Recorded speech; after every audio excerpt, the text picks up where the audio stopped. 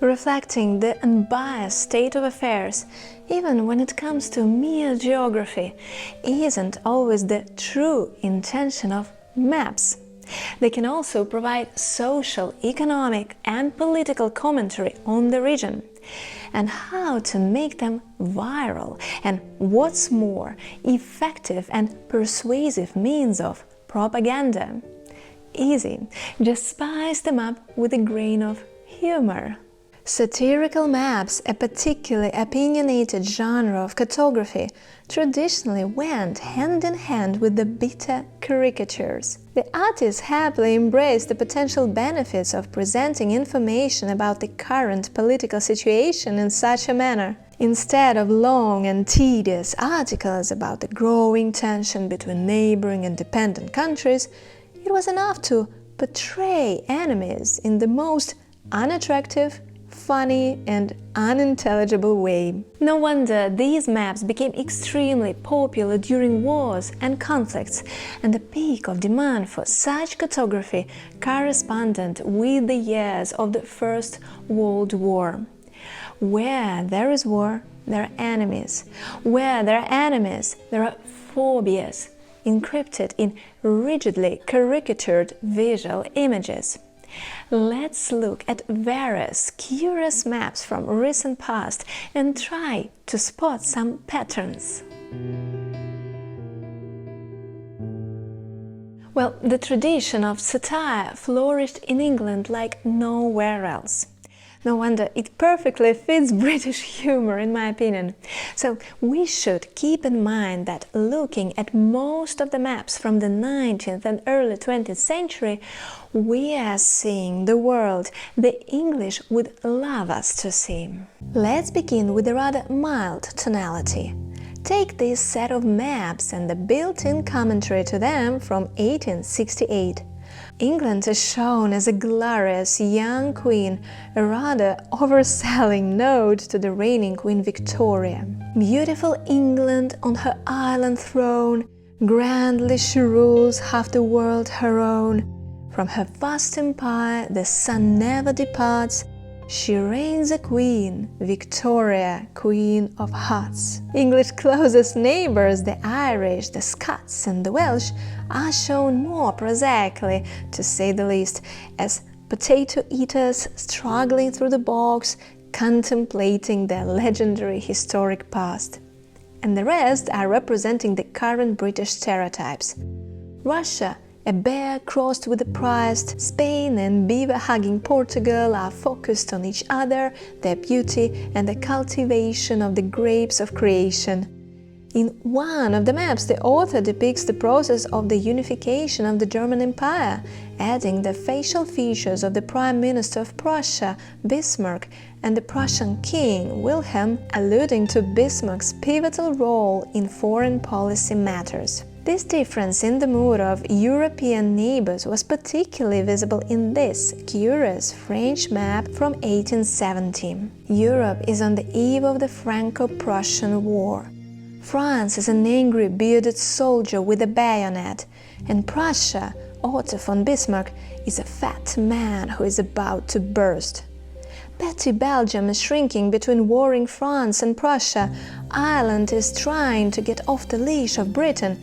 Scandinavia rushes into continental conflict like a panther.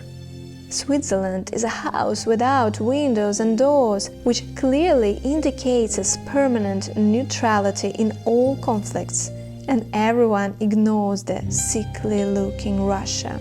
A dozen of years later, in 1882, another French author would view the behavior of European countries like a rebellious menagerie. Moving on to the end of the 19th century, we are in 1897 and looking at Europe with the eyes of some German author. The map is full of interesting allusions, yet the biggest accent is undeniably made on Tsar Nicholas II of Russia, who owes his dress of Santa Claus to his name, I suppose. What a daring satire! He holds the main European leaders by the throat on a short leash. And yeah, spot what Nicholas got here. Französisch Geld, French money and bonds. Look, 3 years have passed, and we are now in the very beginning of the 20th century. And here again, the main party beast is Russia, now in the form of an octopus, which stretches its tentacles towards China, Persia, and Europe. Germany, Italy, and England are the military commanders who are trying to resist this, while France and Spain come forward as attractive women. An interesting representation of the Nordic region that I've noticed on many maps of the period.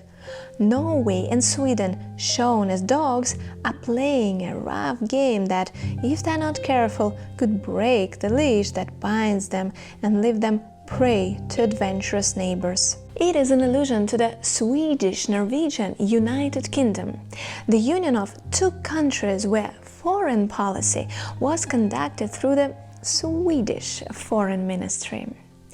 At the end of the 19th century, Norway actively advocated the expansion of its self-government, which eventually led to the breaking of the Union and the declaration of independence of Norway in 1905.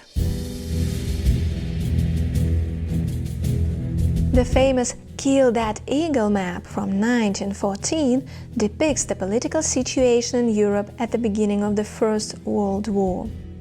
Germany, an eagle surrounded by an armed soldier with blood on his hands representing Britain, a bear, Russia, and a nosy lady with a lance, France. Her allies look unconvincing. Austria is a sad Pierrot suffering from unrequited love for Germany. Turkey is actually being pushed into a military confrontation. Italy sings Al Johnson's then popular song "You Made Me Love You" about forced love, obviously, a reference to how Italy refused to side with the Triple Alliance and defected to the Entente in 1915. The author of the Dogs of War map goes even further in his elaboration on the canine theme. The instigator of the war, Germany, is an aggressive dachshund. Its ally, Austria, is a hysterically barking mongrel. Belgium is a helpless small griffon, and powerful France and England are a poodle and a bulldog. The carabinieri of Italy, the bullfighter of Spain, Portugal and the Balkans are prudently enclosed by a dividing line, since they remain neutral. Netherlands smile maliciously. Greece is ready to plunge the knife. All of Britain is shown as a gigantic sailor, with a clear allusion to the sea power of the British. And Russia here is a newly invented steamroller, on whose wheels an aggressive bear moves toward Europe. Indeed, there is a lengthy explanatory note by Walter Emanuel, a well-known humorist of the time and the author of anthropomorphic dog books. In that comment he described the disposition when the dachshund set the mongrel on the serb. And then the fat was in the fire, for the little servant had a great big friend in the form of a Russian bear, and he stood up for his pal. And that was what the dachshund wanted, astutely notes the satirist. Not surprisingly, the view from the opposite camp is totally different. Germany, as the head of the Triple Alliance, looks like a crafty elf who pushes the French soldier away with his right hand and smashes the bear of Russia with his left fist. That Russian bear is also stung with bees and is enchained with some ugly mug with a bottle of vodka. Interestingly, England is shown as some foolish boxer who is beaten by a strange underwater hand. I wonder whom it belongs to. And at the same time, Ireland is cutting the chain to branch out on their own. Another curious detail, look at Turkey. Their Sultan seems to be peacefully lying and smoking his pipe, yet in reality he had stretched his Ottoman sword across the Black Sea with a burning candle on its tip to light the fuse of Crimea. Well, looking at those artifacts, it's hard to refrain from the popular idea that history often repeats itself. And yeah, there is also a leash leading to the scary Japanese fleet. Well, it seems like in all European satirical atlases, no one was particularly friendly with anyone and didn't feel sincere sympathy for their neighbors. So let's now look at this perspective from the other parts of the globe. As I previously mentioned, the tradition of caricature-inspired maps flourished in England. Nevertheless, I found some interesting artifacts from around the globe to share with you today. This is a particularly interesting Japanese view of the world during the same First World War in 1914. Although it is described as map of the world, it is in fact a map of Europe, Asia and part of North Africa. Under the terms of its alliance with Britain, Japan had joined the war on the side of the Allies, and its sense of Germany and Turkey as enemies is reflected in the depiction of Turkey as a tiger and of Germany as a wild boar wielding a sword, being pierced by arrows labeled France, Britain, Japan and Russia. Half of France seems to have been subsumed into the German boar. Half of it is also a type of a tiger. And Britain is curiously Shachihoko, a sea monster with the body of a carp and the head of a dragon, who can store water and control the rain. It is commonly used as a decoration on the roofs of Japanese buildings. The dominant figures on the map are Russia, depicted as a very large and lethargic bear smoking a pipe, and China, shown as a pig, which is rather enigmatically staring at some clock or barometer. Both figures suggest powerlessness and inertia. India and Burma are joined together and represented as an elephant, while the only human images on the map are two female figures of Nubia and Tripoli, Libya, and the samurai presenting Japan and Korea, which had been formerly colonized by Japan 4 years earlier, and that's why it is shown as a tiny, unarmed figure sitting in a submissive position in front of the samurai. And yes, the most funny part is the US. It is shown as a man in a hat looking at Asia through a telescope from a small patch of land that appears to be somewhere in the middle of the Pacific. Strangely, the map totally misses the rest of North and South America and all of Australia and New Zealand. And that's how the same Japan saw the world 10 years before that, at the beginning of the Russian-Japanese War in 1904-1905. Hilarious, right? Well, in terms of that giant octopus, they were clearly inspired by contemporary European artists. Here's what they say in the commentary note. Black octopus is a name newly given to Russia by a certain prominent Englishman. For the black octopus is so avaricious that he stretches out his 8 arms in all directions and seizes up everything that comes within his reach. But as it sometimes happens, he gets wounded seriously even by a small fish, owing to his too much covetousness, or greed, in other words. For your information, Russia lost this war to Japan.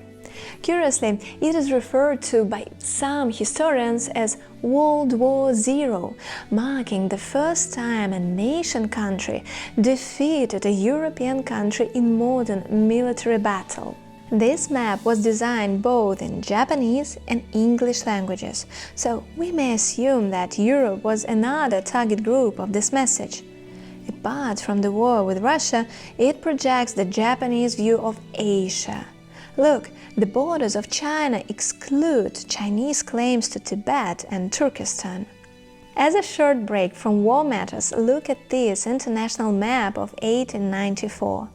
Well, it proves that not only Russia was seen as an octopus. Here, the Rothschild banker family is shown as a huge creature spreading its dominance across the globe. The octopus was also used extensively in comic maps during World War II. This Nazi poster was published in around 1942 in Paris for a French audience. Attempting to weaken support for the British and French alliance, It shows the British Prime Minister Winston Churchill as a bloated, bilious octopus with his tentacles representing imperial ambitions. In severing many of these tentacles, however, the poster suggests that Churchill will be defeated. Well, this obviously didn't come true. And where are the States, Canada, and all the countries of South America? Well, this Portuguese map from 1953 perfectly summarizes their position regarding these constant European wars in the last centuries. They're taking the front row seats in this balcony of a theater, or better say circus, separated by an iron railing that casts a shadow over the east.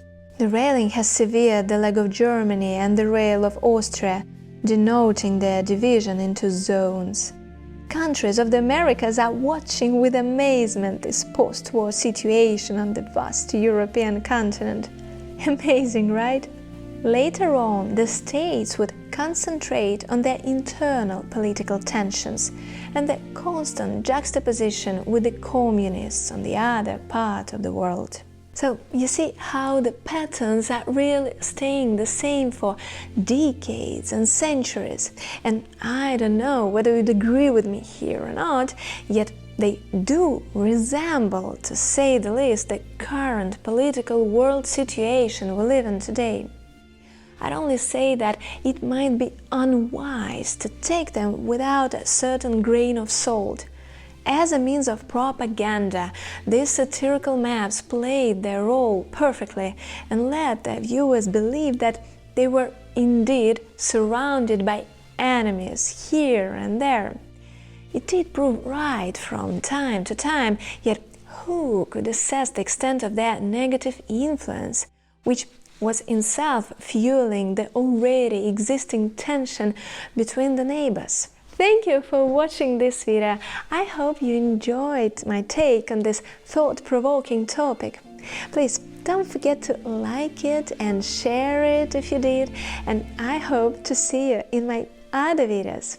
Have a great day. Bye!